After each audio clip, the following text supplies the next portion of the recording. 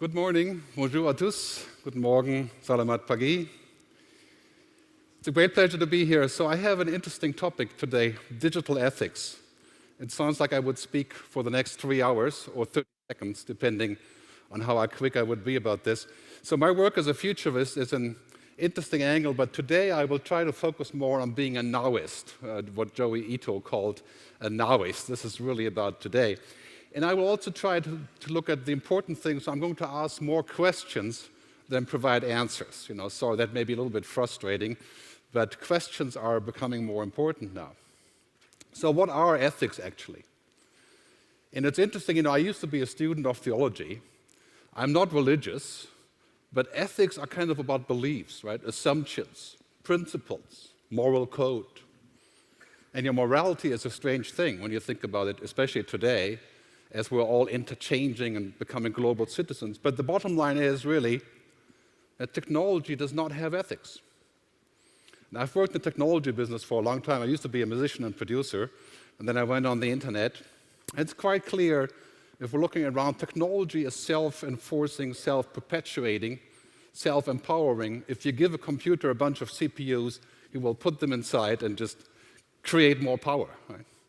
So when we look at scary things like singularity, which I'm sure you're aware of, what will be expected in 2029 when Ray Kurzweil says machines will have similar or even vaster intelligence than people?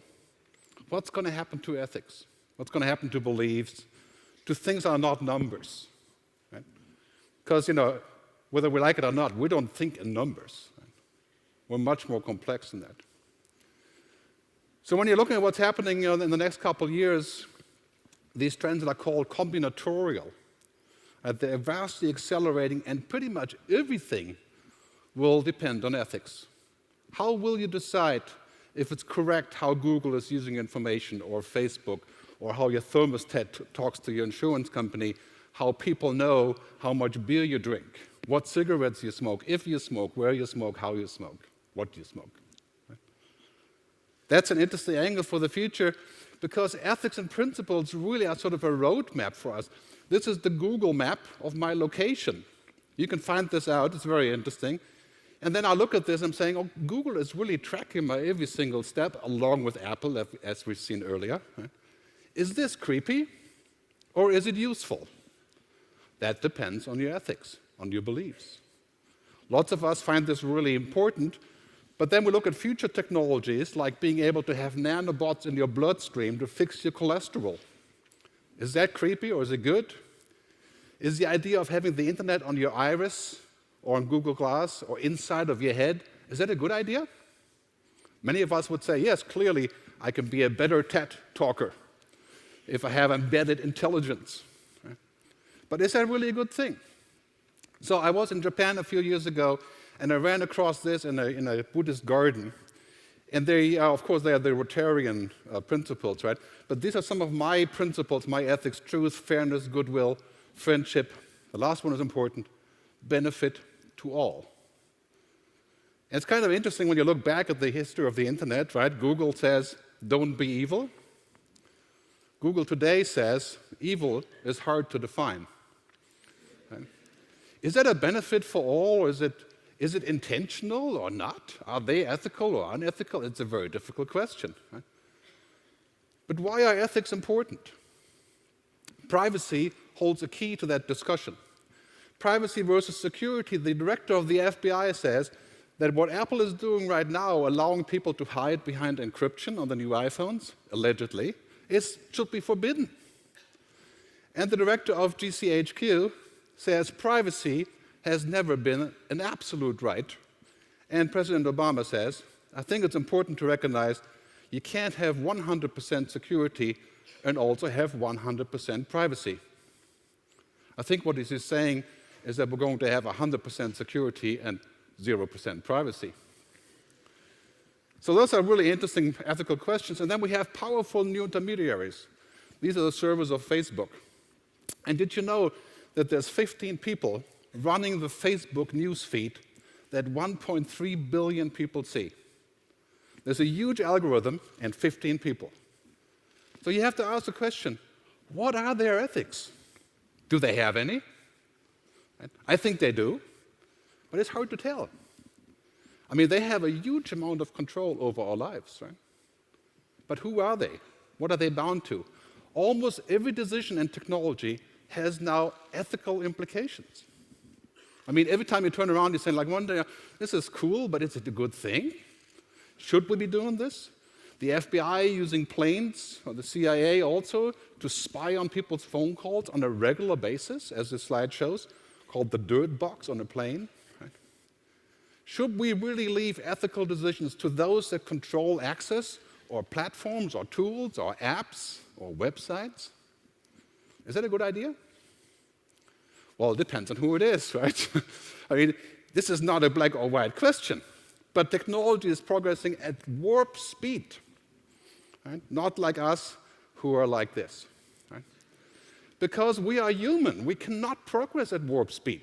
We don't live faster because we Twitter, right? We don't have more friends in our social network. Our human tribe is 150 people. It cannot be 15,000 people just because we have LinkedIn. Right? We are not exponential. So you can safely say the power of technology has already surpassed the scope of our ethics, whatever your ethics may be. Technology is way ahead. And you know what? We can't do much about it. We can't say, you know what, let's stop artificial intelligence. Let's stop bioengineering because we have ethical issues. Right? Good luck with that. But what are we going to do in our future? Because in the future, the other 3 billion are coming online. All those countries are getting geared up to participate in all of the global discussions, and we're going to see those countries exploding. What if we don't have ethical issues, right? If we don't have a moral compass, what do we do? Where are we going to go with this? I mean, quite scary thought. Technology really has limitless potential. For example, climate change. You know, the combination of the Internet of Things and the switch to renewable energy and cheaper solar could solve this problem. It could, right? Clearly.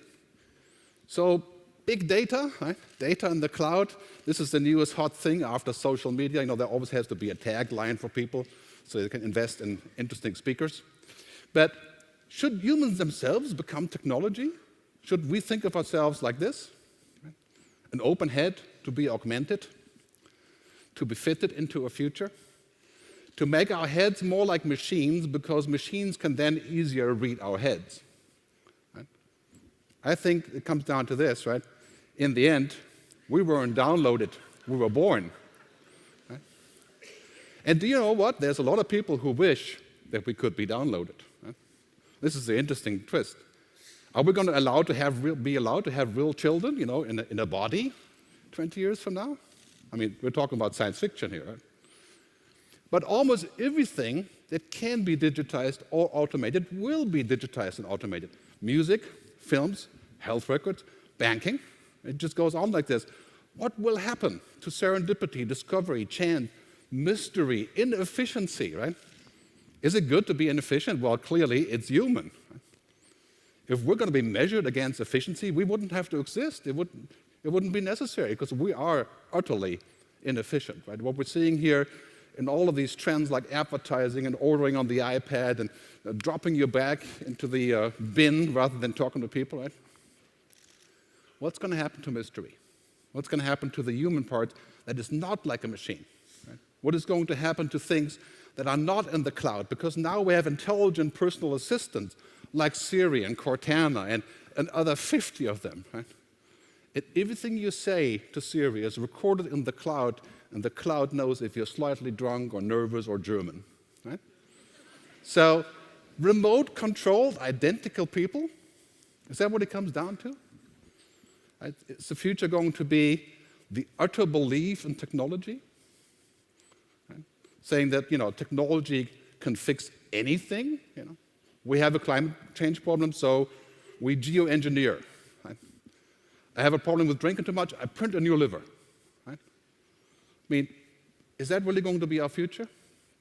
Here is an invention called the Jibo. Right? This is the first intelligent robot. They call it the family robot. It was funded on Kickstarter or Indiegogo, I think. Right? And they call it the first family social robot. And the founder says she envisions a day where every family has one. And then she moves on to say that they're not robots, they are partners. That makes you think about what the next step is with Jibo, when it moves into the bedroom or something. So is this going to be the end of solitude? Never be bored again? Machines as partners? I would grant you it's interesting to have Jibo, right? Convenient. But a partner? That would worry me. So where we're going with this is that technology is now going inside of us with artificial intelligence, and we are going inside of technology. That's really what artificial intelligence means, right? A piece of humanity moving inside of a machine. So the interfaces are now allowing us to go inside of machines, machines to go inside of us. The futurist of Intel says we're going to be living inside of a machine. And Google says it's our machine. No, just kidding. It will eventually just be the discussion, right? But artificial intelligence is a really interesting thing. I don't know enough about it, to be honest, right? I just picked up some interesting quotes. For example, Nick Bilton says, these machines don't have morality and likely never will. Stephen Hawking said, it is the biggest invention, it may also be our last. And Elon Musk of Tesla says, artificial intelligence is more dangerous than nuclear power. And I don't mean to scare you with this, I'm all for developing this, right? But we should look at the ethical issues because the new arms race, as we heard earlier this morning, the new arms race is about data and artificial intelligence. Some people are saying that up to 50% of defense budgets in the near future will be about artificial intelligence and cloud computing, cloud security, digital warfare. So what are the ethics of that? When I drive my self-driving car, will it try to kill me if somebody had hijacked it? If I connect my toaster to the internet, will it try to suck me in to be toasted? I mean, this is just a potential scenario, right? Big toaster. But the quest to become superhuman, think about that. This guy is Chris Darby. He wants to be superhuman by augmenting his body with all kinds of fitness trackers and implants and there's lots of people doing this, sort of cyborg transhumanism movement, right? Is the quest to become superhuman really a good idea? Super fast, super smart, super strong, a soldier that can throw a car over the mountain? Right? Cool, we can be quicker. Right? But is that actually a good idea? Is it a good idea to live forever? I would grant you, if you're sick, you want to get well. You want to get older, clearly. Yeah? But what is the limit of this? Ray Kurzweil takes 140 vitamins a day. It's very good for the vitamin industry, I guess. But will he live forever? What are the ethics behind achieving exponentiality? Great new book you should read from my friend Yuri van Geest, Exponential Organizations. But when you read this book, you're starting to feel like it's all correct and all right on the money because we're living in an exponential world. But is it human? Did you know that the average person that works in business today works about 21% more because of social media and mobile devices? I'm sure you had the same experience. Right? 21%. We work more because we have these boxes. Right? Are we going to turn into machines the 10x thinking that Google proclaims? Right? Which I find very interesting. I wish I could be 10x. I don't think I can. Maybe it's just because I'm not 15. I don't know.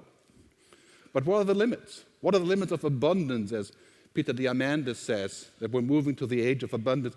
What will happen to ethics if we have unlimited energy, unlimited media, unlimited work, unlimited money, unlimited everything? What kind of world would that be? Peter Diamandis is a very smart guy. Wrote a great book called Abundance. He's one of the leaders of Singularity, along with Ray Kurzweil. And these are kind of his ethics that I got from his newsletter. And I admire his work, so it's not criticism. This is just a sort of a context, right? When you give a choice, take both. Start at the top, then work your way up. When forced to compromise, ask for more. If you can't win, change the rules. Now, you could argue, this is just America. Right? And you would be correct, of course. But the thing behind it is an interesting variant on sort of digital ethics, right? Omniscient, omnipotent, omnipresent. Is that actually achievable for us? And should it be? Are we going to end up in oblivion? Right? Or Her? You know, the movie Her, when I watch it with my son, he says, well, that's today. Right? There's no difference there. If software is eating the world, as Mark Andreessen has said, then how will we, the wetware, you know, the things that are wet, blood meaning, and everything else, still control it? Right? How will we go forward into an internet that eats our lives, like software? And how would this sort of hyper-dependency, right? How would that be? Would that be a reasonable price? Would you like to be hyper-dependent because it's convenient and awesome?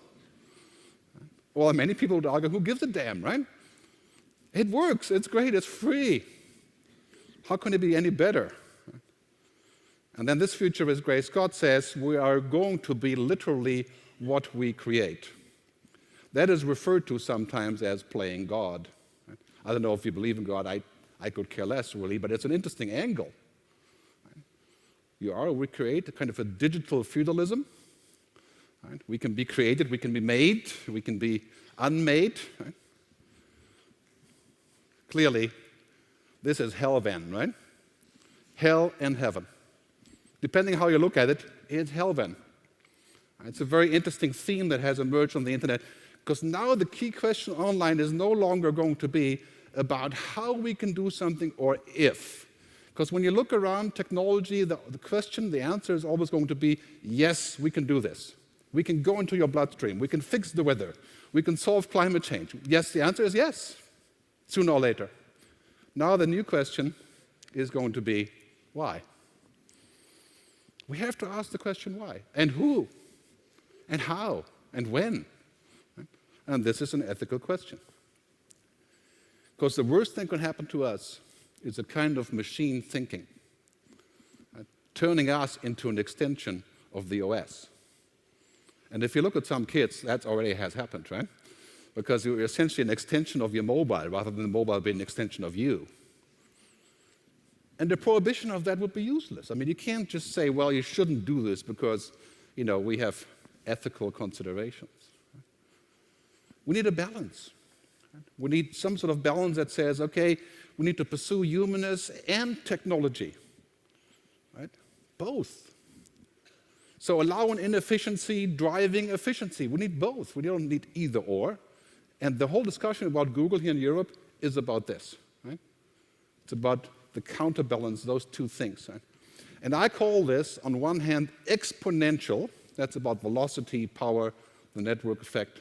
And then I have a new word I would like to propose as a tag called humanential. Right? Our potential as humans.